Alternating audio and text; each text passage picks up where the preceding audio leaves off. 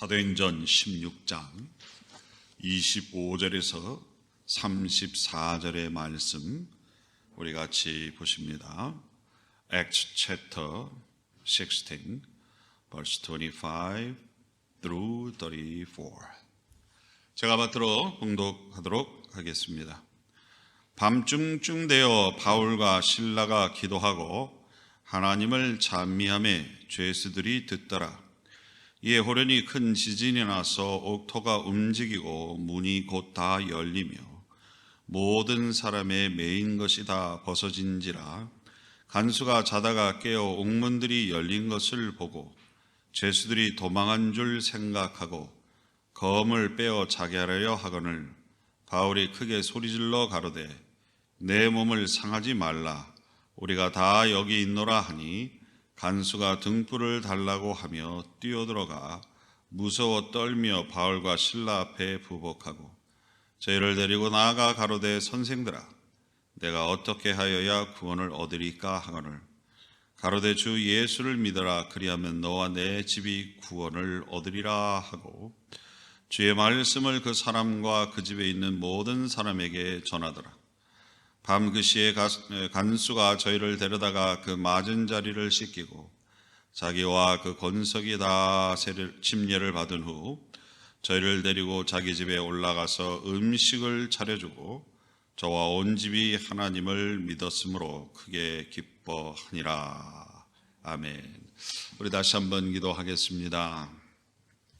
사랑과 은혜 하나님, 오늘 이 시간 주님 앞에 예배하는 우리에게 정성을 다해 찬양하고 마음을 합하여 기도하고 이제는 하나님의 말씀을 들음으로 우리의 심령을 새롭게 하고 하나님의 뜻을 이룰 수 있는 은혜를 입기를 원합니다.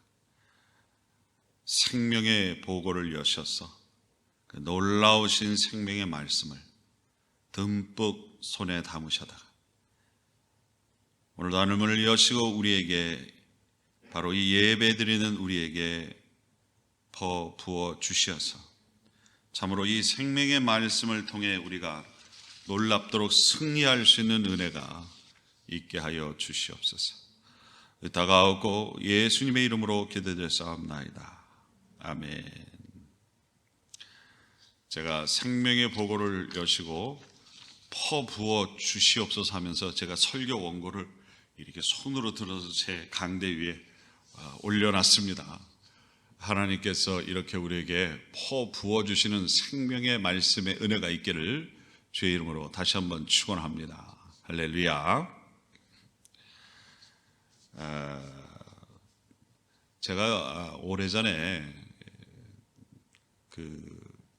어느 선교단체에 부탁을 받았어요. 탈북한 사람인데 이 예수님을 믿게 되고 또 그 여정 속에서 나타나시는 하나님의 은혜를 간증하는 그런 그 동영상이 있는데 아마 그분의 그 한국말로 그러니까 북한 말이죠. 정확히 말하면 그것을 이제 영어로 더빙을 좀 해달라는 상상하지도 못한 부탁을 제가 받았습니다. 그래서 그 선교단체를 찾아가서 그 동영상을 몇 번을 보고 영어 그 원문을 만들어 가지고 제가 성우도 아닌데 그분의 그 말하는 속도를 따라서 영어로 제가 더빙을 한 거예요. 참 태어나서 별일을 제가 다 해봤죠. 그러니까 이제 좀 쉽지는 않았어요. 좀 오래 걸리긴 했는데 그래서 무사히 그 더빙을 마칠 수가 있었습니다. 그 선교단체의 이름은 한국말로 이제 쉽게 말씀드리면 순교자의 목소리 뭐 이렇게 번역할 수 있어요. 한국에도 이 선교단체가 알려져 있는데 그 선교단체를 만드신 분이 리차드 범브란트라는 목사님이세요. 이분은 원래는 루마니아의 그 목사님이셨는데 그 공산 국가였죠. 루마니아가 과거에는 거기서 굉장히 그 핍박을 받으시다가 참 하나님의 은혜로 미국으로 망명을 하셔서 그렇게 또 놀라운 일을 하는 선교단체를 만드시고 그렇게 사역하시다가 하나님의 부르심을 받았습니다. 그래서 여기 있는 시골 목사인 저까지도 그 선교단체에 가서 일을 할 수 있는 그런 영광을 얻기도 했죠. 그래서 이분에 대해서 관심을 좀 갖게 됐어요. 그리고 그곳에 가면 그분의 그 박물관이 있더라고요. 그래서 그분의 일대기에 대한 책도 있고, 그래서 제가 좀 더 찾아봤는데 그분의 간증 중에 제가 아주 참 마음을 먹먹하게 하는, 그러면서도 참 신앙에 대해서 다시금 마음과 태도를 갖게 하는 그런 대목이 이렇게 눈에 띄어서 여러분과 오늘 본문을 중심으로 해서 이 간증을 먼저 나누고 이 본문을 더 우리가 상고하기를 원합니다. 범브란트 목사님이 사시던 루마니아는 이렇게 그 소련의 영향으로 말미암아 공산국가가 됩니다. 공산국가는 정말 싫어하는 것 중에 하나가 뭐냐면 종교입니다. 특별히 우리가 믿는 예수님 믿는 걸 너무너무 싫어하죠. 왜냐하면 공산당의 그 논리하고는 정반대로 흘러가기 때문인 것이죠. 그래서 공산화가 된 루마니아에서는 이렇게 경찰 조직들을 이렇게 통해서 많은 이 신앙의 지도자들을 핍박하고 고문하고 종교 활동을 하지 못하도록 하는 그런 일이 막 일어나기 시작했던 때에, 그럼에도 불구하고 참 단연간 예수의 복음을 전하고 특별히 겁도 없이 이 범브란트 목사님은 자기 조국에 있는 루마니아 사람들에게만 복음을 전한 게 아니라 그분이 이제 그 소련 말을 유창하게, 소련은 이제 뭔지 아시죠? 소비에트 연맹이라고 해서 러시아가 그 전에 많은 나라를 공산국가를 만들면서 새로 붙여진 이름이 바로 그 소련, 소비에트 연방국이죠. 뭐 어느 정도는 아실 것 같으니까 더 이상 설명은 않겠습니다. 그러면서 이제 하는 방법이 아주 치졸한 방법을 동원하게 했는데요. 예를 들면 천주교 신부님은 잡아다가 고문을 하면서 너를 도운 개신교 목사들의 이름을 대라, 뭐 이런 식으로 해서 전혀 자기와 함께 이 공산국가의 그 어떤 정권을 뭐 전복시키거나 그것을 반대하는 운동을 함께 하지도 않았는데 그냥 평상시에 알고 지내던 다른 종교 지도자들, 예를 들어 천주교 지도자들에게는 개신교 지도자들의 이름을 대라 그러고, 개신교 지도자들에게는 천주교 지도자를 대게 하고, 침례교 목사한테는 장로교 목사 이름을 대라 그러고, 장로교 목사에게는 개신교 목사 이름을 대라 그러고, 뭐 이런 식으로 같이 뭐 연합해서 루마니아 정권을 반대하거나 공산당 정부를 반대하는 일을 하지도 않았음에도 불구하고 제목은 그거예요.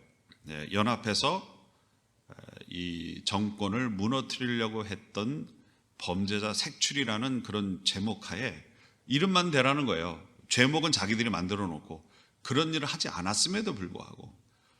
그런데 그 고문을 얼마나 무섭게 해댔는지 비몽사몽간에 자기가 알고, 신부님들은 목사님의 이름을 대고 목사님들은 신부님의 이름을 대고 목사님들은 다른 교파의 목사님들의 이름을 이게 뭐 저절로 입에서 토설하게 되는, 그러면 공산당 정부를 향해서 반대 운동을 한 적도 없는데 무고한 목사님들이 끌려 들어가서 또 고문을 당하거나 죽어나가는 거죠.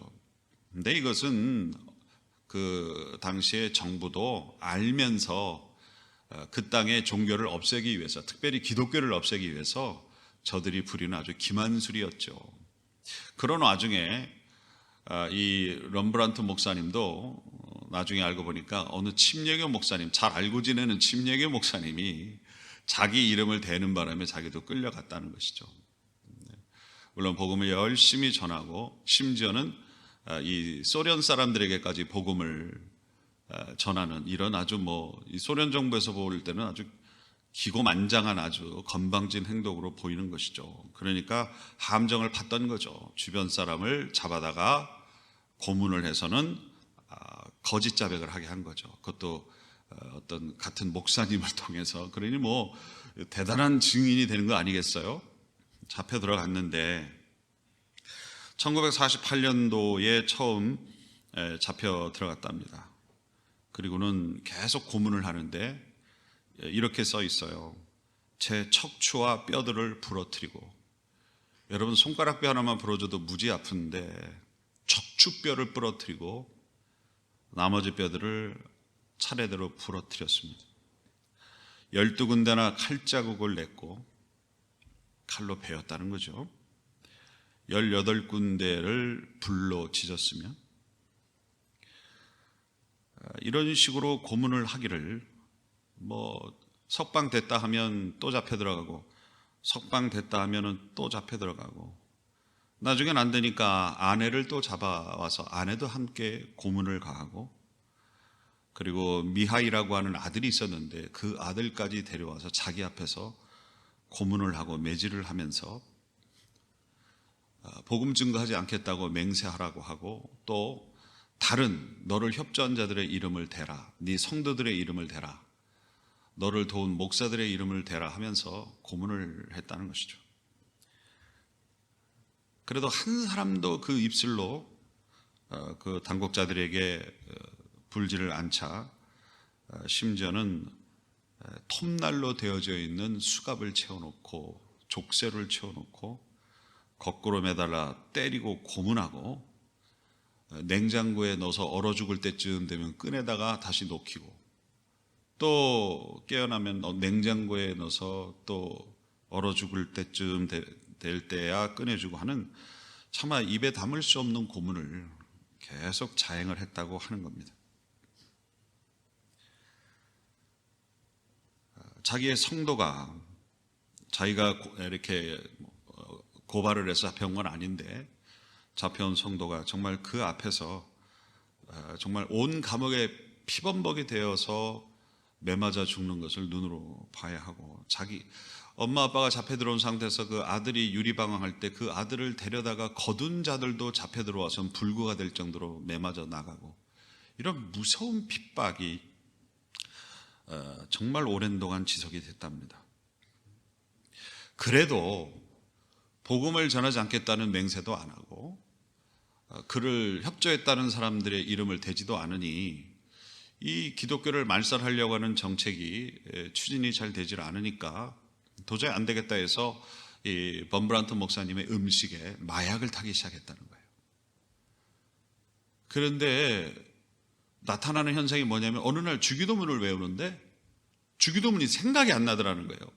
자기 혼자 예배를 드리는데 그분의 그 유튜브를 보면 그분은 성도가 비록 없지만 감옥 안에서 설교 준비를 열심히 해서 정말 마치 성도들이 앞에 있는 것처럼, 천군 천사가 앞에 있는 것처럼 그분은 설교를 하고 예배를 인도했다는 거예요.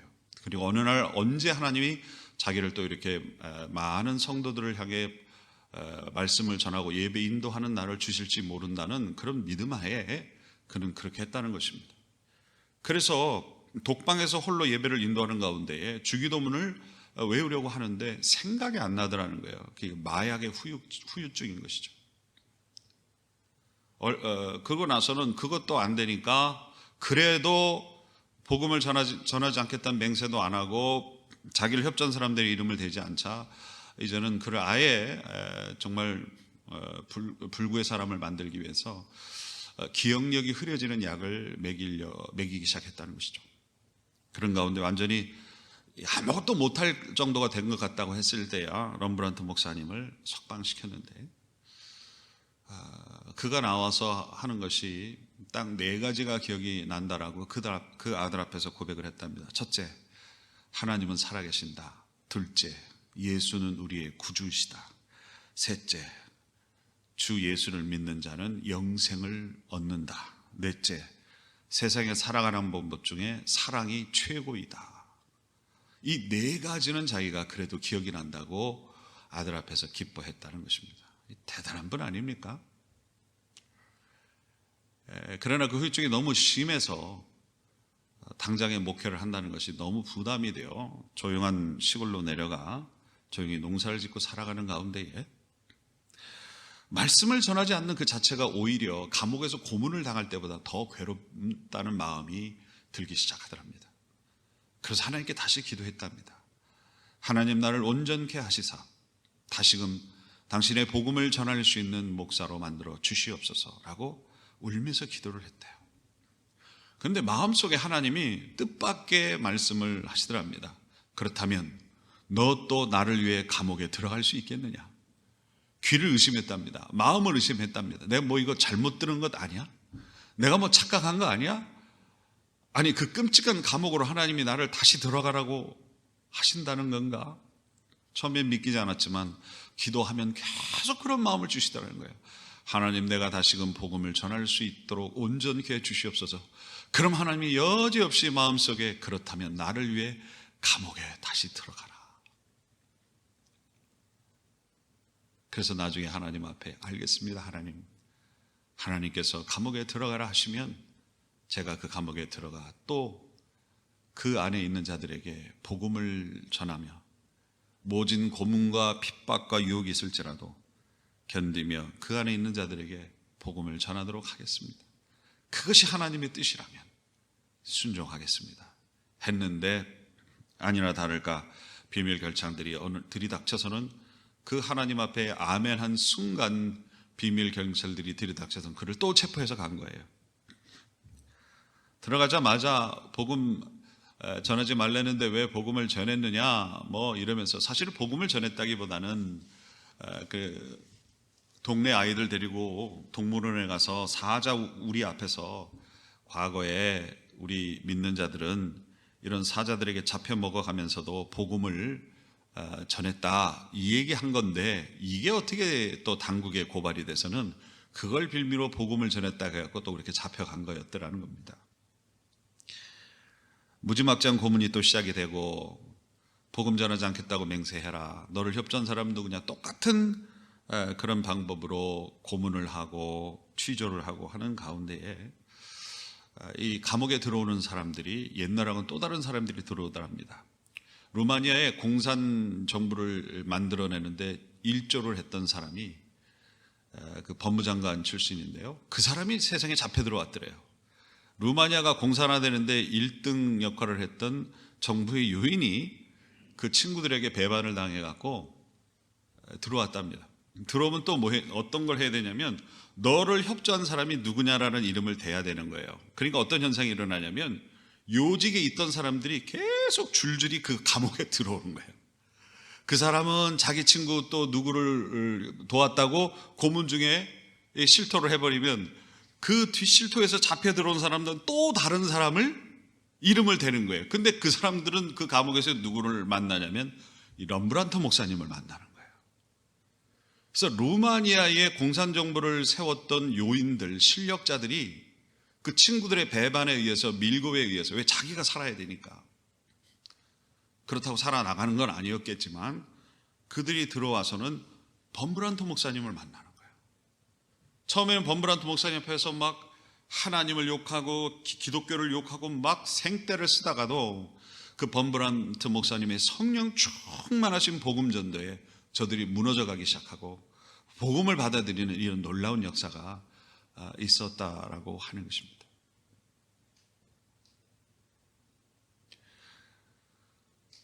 그분이 있었던 그 감옥에 보면 끝에 금이 이렇게 가고 옆방하고 작은 구멍이 이렇게 나 있었답니다. 그래서 옆방에 있는 죄수들하고도 대화가 가능해서 그 방으로 들어오는 죄수들에게도 복음을 전하셨대요. 처음엔 통성명을 한대요. 그게 누군지를 알게 되고, 그래서 이제 복음을 전하는데 어느 날 새로운 죄수가 하나 들어왔는데 많이 들었던 음성이더래요. 그 이름이 뭐요라고 얘기를 했더니 세상에 자기 아들인 거예요. 범브란트 목사님의 아들이 복음을 전하다가 체포대에 들어온 것이죠. 그때 범브란트 목사님은 하나님께 벅찬 가슴으로 감사를 드렸다는 거예요. 하나님, 이때를 위함이었군요. 나를 위해 감옥에 들어갈 수 있겠느냐, 나를 위해 다시 감옥에 들어갈 수 있겠느냐라고 물어보셨을 때 내 아들 미하이가 복음을 전하다가 들어와서 모진 고문 속에 성도들의 이름을 밀고 하고 배반자가 되지 않도록, 예수님을 배반하지 않도록 미리 나를 이 감옥에 보내시고 내 아들에게 용기를 주고 신앙을 주어서 그런 배반의 죄를 짓지 않도록 보내시려고 그런 얘기를 내게 하셨고 순종케 하셨군요.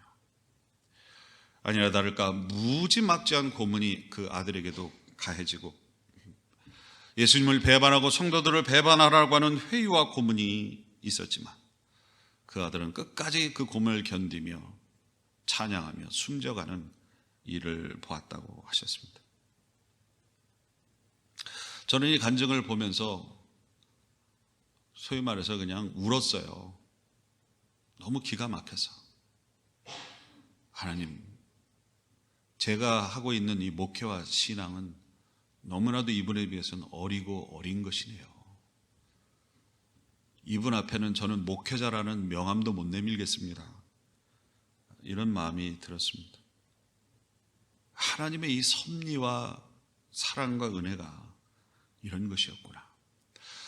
시련이라는 얼굴로 범브란트 목사님에게 그렇게 무섭게 다시 감옥에 들어가야 하는 그 시련이라는 그 무서운 얼굴로 그에게 다가왔지만, 그러나 그 속을 들여다보면 수많은 죄수들과 특별히 루마니아를 공산하는데 1등 공신이 되었던 자들에게 복음을 전하게 하시고, 그리고 자신의 사랑하는 아들이 예수님을 배반하지 않고 성도들을 배반하지 않고 순교할 수 있도록 붙잡아 줄 수 있게 만드시려고 그를 그렇게 다시금 감옥에 들어가도록 명령하셨다는 사실, 섭리하셨다는 사실 속에 하나님의 기가 막힌 섭리를 깨닫고 그 사랑과 은혜를 깨닫게 된다는 것입니다.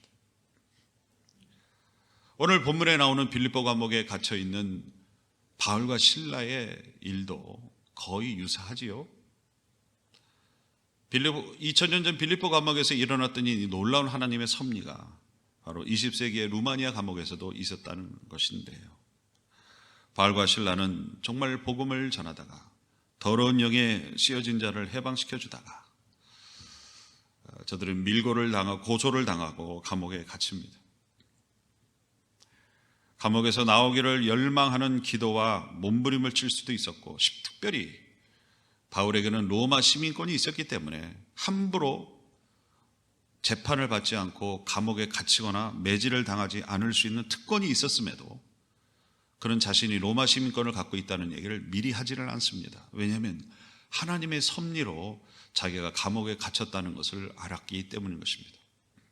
여러분, 사도행전 16장을 쭉 읽어보시면 끝 말미에 나중에 감옥에 나와서야 내가 로마 시민권자인데 어떻게 나를 잡아 가두고 매질을 했느냐라고 하니까 당국자들이 나와서 손을 그냥 싹싹 빌면서 미안하다고 비는 그런 형국이 나타나지요.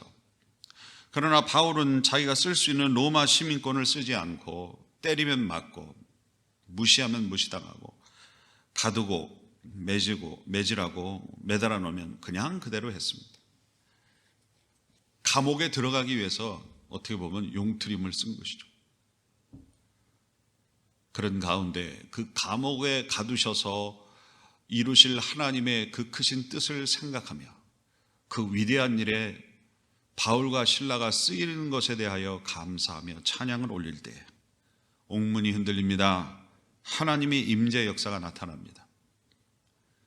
그러자 저들이 길거리에서 그렇게 핍박을 받으면서도 굴하지 않고 전했던 그 복음에 나타난 주 예수 그리스도가 살아계신 하나님이라고 하는 사실을 몸소 체험하면서 그 안에 있는 죄수들이 회개하고 간수들이 회개를 하며 오늘 본문에 중에 나타나는 귀한 말씀, 그러면 우리가 어떻게 하여야 구원을 얻을 수 있으리까? 32절에 저들 스스로가 우리가 어떻게 하여야 구원을 얻을 수 있으리까 하고 저들 스스로가 주 예수를 믿기를 원하는 이런 역사가 나타납니다.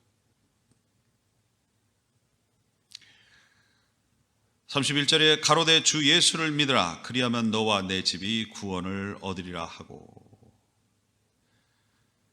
정말 30절 말씀에 나타난 저들 스스로가 어찌하여야, 제가 절수를 조금 잘못 말씀드렸는데요, 30절에 저희를 데리고 나아가 가로되 선생들아 내가 어떻게 하여 구원을 얻으리까 하거늘 31절에 가로되 주 예수를 믿으라 그리하면 너와 내 집이 구원을 얻으리라 하고, 주의 말씀을 그 사람과 그 집에 있는 모든 사람에게 전하더라.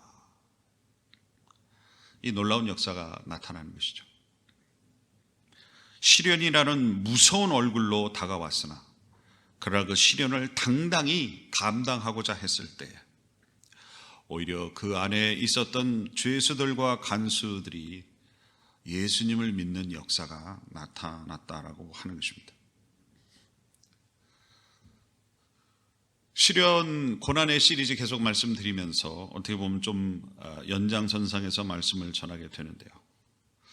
너무나도 감당하기 어려운 일들이 우리에게 일어날 수 있지만 그러나 그 안에서도 하나님의 뜻을 찾고 하나님의 도움을 간구할 때에 하나님은 언제 어디서나 배반하지 아니하시고 당신의 놀라운 섭리와 은혜로 시련을 시련으로만 끝내지 않게 하시고 오히려 그 시련을 통하여 하나님의 뜻을 이루고 우리에게는 놀라운 은혜를 체험케 하시는 역사가 있을 줄로 믿습니다. 그러므로 너무나 성급하게 나는 어렵다, 나는 안 된다, 나만 이렇게 힘들다 하지 말고 오히려 시련 가운데도 하나님의 섭리를 우리는 더 헤아려 보아야 할 것이고 믿음의 싸움을 멈추지 않는 우리들이 되어야 할 줄로 믿습니다. 사무엘하 6장에 보게 되어지면 블레셋에게 빼앗겼던 하나님의 임재의 장소신 언약궤를 다윗이 무려 3만 명이나 동원해서 그 언약궤를 다시 한번 찾아오게 되는 놀라운 역사를 보게 됩니다.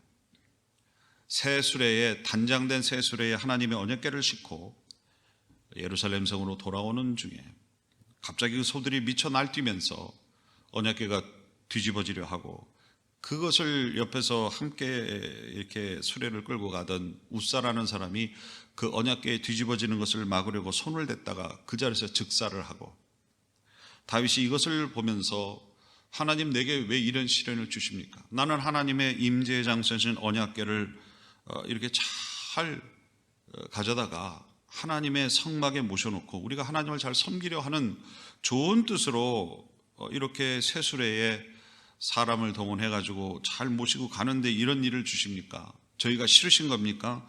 저희와 함께 하기가 싫으신 겁니까? 하고 실망하고 절망하고 화가 나서는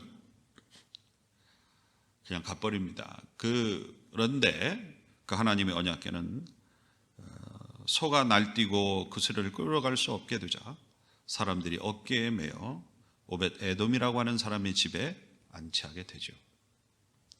그런데 신기한 일이 일어납니다. 그 오벳 에돔의 그 언약궤가 3개월 동안 있었는데 그 오벳 에돔의 집이 그 언약궤가 들어온 이후로 너무나 많은 복을 받는 거예요.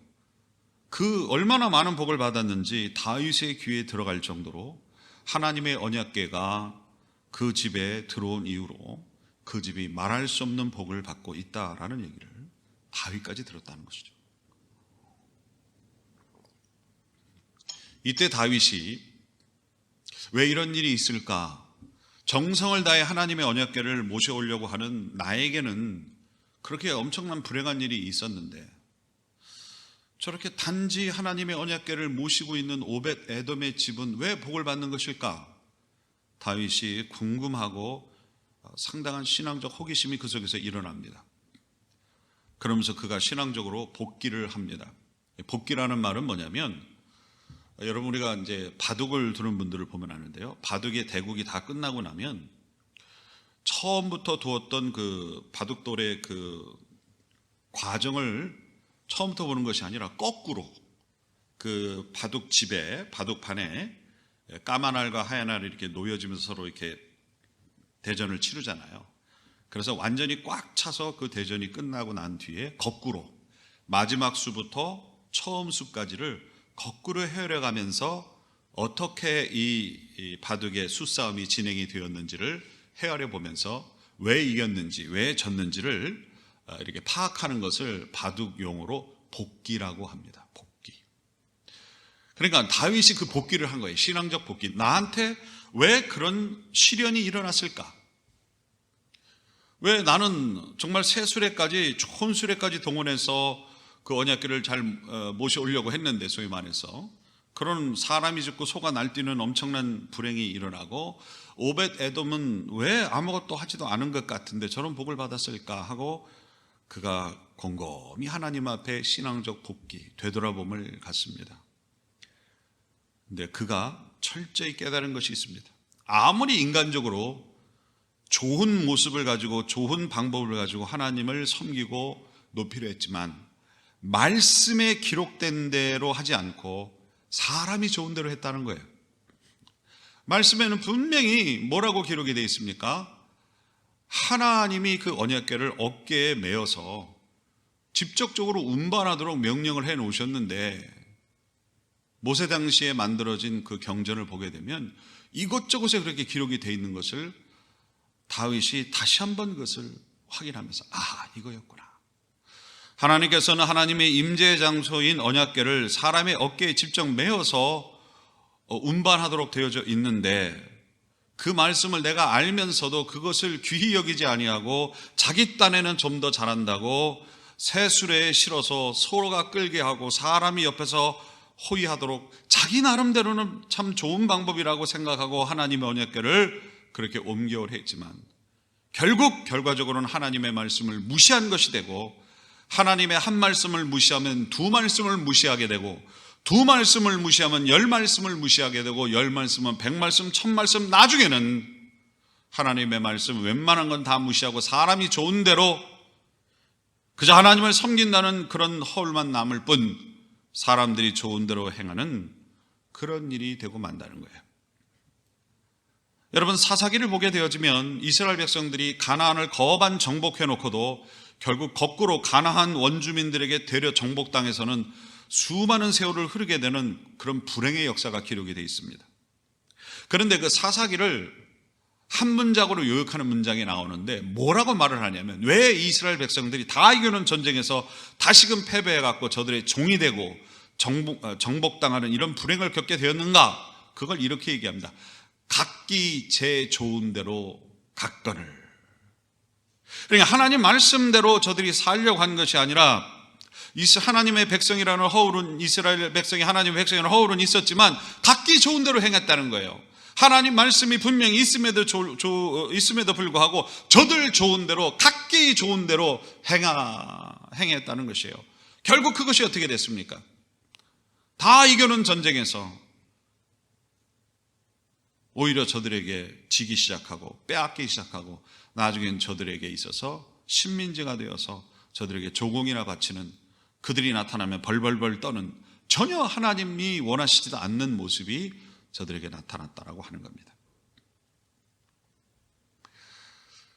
이스라엘을 인도할 다윗에게 그래서 그 이스라엘 나라를 통하여 이 땅을 구원하실 예수 그리스도가 태어나실 나라를 하나님은 준비하시기 위하여 철저하게 하나님 말씀대로 운영이 되고 순종되어지는 나라와 민족을 만들기 원하셔서 그것에 첫 발을 떼는 다윗을 하나님은 철저한 말씀 중심의 사람으로 만들기 위해 그런 시련을 주셨다라고 하는 것입니다.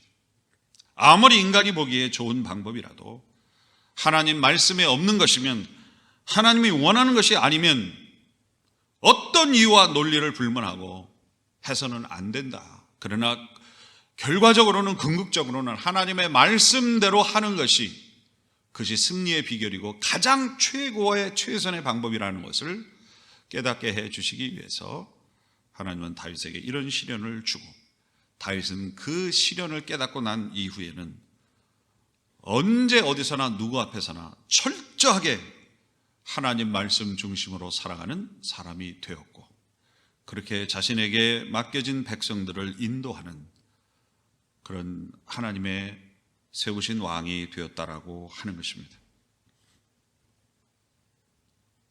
우리가 예배를 드림에 있어서도 코로나 사태 때문에 예배를 드리고 싶어도 한국 같은 경우는 이제 우리하고 똑같은 주지만 한 15시간 전에 예배를 드렸겠죠. 대면 예배는 일체 허락이 되지 않았습니다. 모두가 온라인 예배만 드려야 되는 것이 법적으로 선포가 된 상황입니다. 늘상 드렸던 교회에서 편안하게 예배 드렸던 성도들에게 교회를 가지 못하고 교회에서 예배를 드리지 못하는 이런 일이 자꾸만 벌어지면서 성도들에게는 무기력증이 찾아오고 예배에 대한 그리움과 절실함이 찾아오고, 그 사이에 저들 속에 신앙의 어떤 여러 가지 유혹과 신앙에 대한 어떤 무기력이 찾아오는, 그 속에서 갈망하며 절망하며 괴로워하는, 우리가 정말 하나님이 세우신 교회에서 예배를 드릴 수 있었다는 것이 얼마나 우리에게 복된 것이었는가를 깨닫게 되는 또 다른 의미가 성도들에게 있다라는 얘기들을 목사님들이 많이 하십니다. 오늘 우리 교회도 이렇게 마스크까지 쓰시면서 우리 성도님들 오셔서 예배를 드리는데, 그중에 어떤 분들은 코로나를 걱정해서 대면 예배는 제가 당분간 삼가하겠습니다 하고 오지 않으시는 분들도 있습니다. 겉으로는 표현하지만 속으로는 또 그런 마음으로 이 핑계에 저 핑계 대면서 안 오시는 분들도 계십니다. 예배에 대한 두려움을 갖게 된 것이죠. 이것이 얼마나 큰 시련입니까? 공산정권이 들어와서 핍박을 하는 것도 아니고, 천재지변이 일어나서 다리가 끊기고 길이 끊긴 것도 아닌데, 예배를 드리러 올 수 없는 그런 상황, 예배를 드리기가 무서운 현상이 지금 이 땅 가운데, 아니 전 세계에 일어나고 있습니다. 저는 이것을 시련이라고 얘기합니다. 그러나 이 시련의 그 무서운 얼굴로 다가오는 이 시련이라는 것을 우리가 무서워하고 뒷걸음질치고 괴로워하는 것이 우리에게 능사냐라고 하는 겁니다. 덤브란트 목사님의 간증과 오늘 빌립보 감옥에서 바울과 실라의 이 놀라운 역사와 다윗의 언약궤를 가져오는 그 사건 속에서 주시는 일맥하는 교훈은, 시련을 시련으로만 보고 무서워하거나 원망하거나 타락하거나 포기하는 것이 아니라, 그 시련 속에서 하나님의 뜻을 찾고 하나님의 방법을 찾고, 그래서 그것에 순종할 때에 시련은 시련으로만 끝나는 것이 아니라 오히려 그것을 통해 하나님의 영광을 드러내고 오히려 우리에게는 큰 은혜가 된다는 사실을 우리는 계속 전하고 듣고 있는 것입니다. 코로나 사태로 인해 혹은 개인적으로 여러분의 어려움을 겪고 있는 이 상황 속에 두려워하거나 피하고자 하는 어떤 마음이나 도망가고자 하는 마음이나 혹은 원망하거나 어떤 이러한 부정적인 마음으로 끝나지 마시고, 이 코로나라고는 엄청난 상황 속에서도 하나님이 우리를 향하신 거룩한 뜻들을 우리는 더욱 발견하길 원합니다.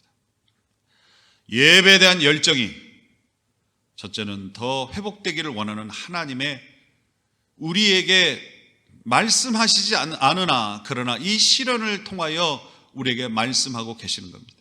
우리에게 확성기를 대고 예배에 대한 열정을 회복하라 라고 말씀하지는 않으시나, 그러나 이 상황을 통해 정말 예배를 드리기를 두렵고 예배 드리기가 어려운 상황 속에, 그러나 예배를 드리고 싶은 우리의 마음의 갈망이 일어남을 통해, 곧 이 시련을 통해 하나님 우리에게 회복하기를 원하는 것은 예배의 열정이요, 예배에 대한 우리들의 새로운 마음을 가지라고 하는 것입니다. 예배드리기 두렵다고, 예배드리기 어렵다고 포기하거나 원망하고 끝나는 것이 아니라, 하나님 우리에게 예배할 수 있는 은혜를 주시옵소서. 하나님 예배에 대한 두려움이나 예배에 대한 피곤함이나 어떤 이런 것들에 대해서 벗어나게 하시고, 하나님을 예배할 수 있다는 것이 얼마나 복되고 얼마나 귀한 것인가를 깨닫고 알 수 있는, 오히려 이때 하나님께 더욱더 예배드리고 더욱더 열심을 품을 수 있는 우리들 되게 하여 주시옵소서. 여러분, 우리의 진짜 신앙은 고난을 통해서 하나님 앞에 증명될 수도 있고 또 확립될 수도 있다는 사실인 것입니다. 이런 상황 속에서 우리가 예배에 대해서 더 철저한 마음과 준비하는 마음과 간절한 마음과 정성을 가지셔서, 이러한 때에 오히려 예배에 대한 열정을 하나님께 보이실 때에 하나님은 우리를 인정하시고 우리가 더 기쁨과 은혜 가운데 예배할 수 있는 은혜를 주실 줄로 믿습니다. 할렐루야. 지금 마스크 쓰시고 찬송하는 것이 너무 어렵다 해서 찬송도 부쩍 줄이고 예배 시간도 부쩍 줄이고 정말 마지노선까지 밀리면서 예배를 우리가 해내고 있습니다. 여러분, 주일 예배 어찌 보면 편의상 우리가 많은 것을 약하고 줄이면서까지 그래도 대면 예배를 우리는 쉬지 않고, 주차장에서도 정말 제가 무슨 약장사도 아닌데 여러분들 차 타고 오시면 창문 열어놓으면 그 앞에서 바람이 불고 비가 오고 떼약볕이 내려도 얼마 전까지 정말 확성기를 들고 약을 파는 자와 같이 예배를 인도하고 말씀을 전했습니다.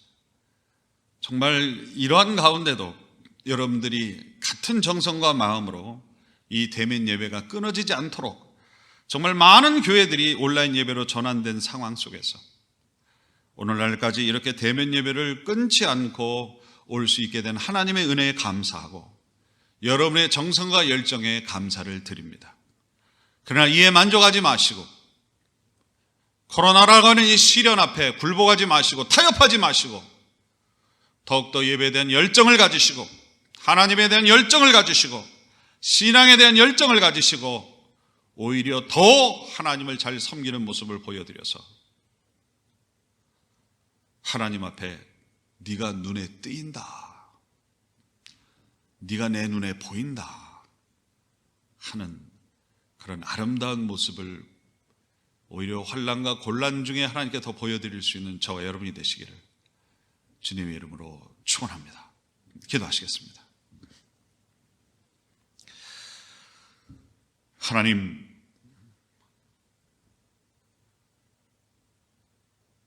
수많은 시련이 우리에게 닥쳐오고 우리를 정말 믿음 가운데, 신앙 가운데 세워두지 않으려고 이러한 일 저러한 일이 있고, 하나님께서 우리의 진정한 신앙을 보시려고 주시는 시련도 있고, 정말 에덴 동산에서 쫓겨난 인류는 천국 가는 그날까지 시련 속에 살 수밖에 없는데, 특별히 이 코로나 사태를 통해서 예배에 대한 두려움, 예배를 드릴 수 없는 환경, 이런 것들이 우리에게 너무나 큰 시험으로, 시련으로 다가오고 있습니다.